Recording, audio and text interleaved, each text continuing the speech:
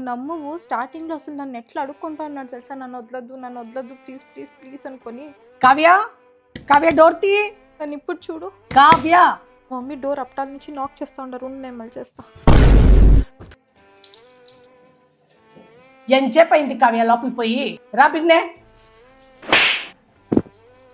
Kavya please ఏడవద్దు, కాజల్ స్మర్ట్ జ్యోతి ఆంటీకి తెలిసిపోతుంది.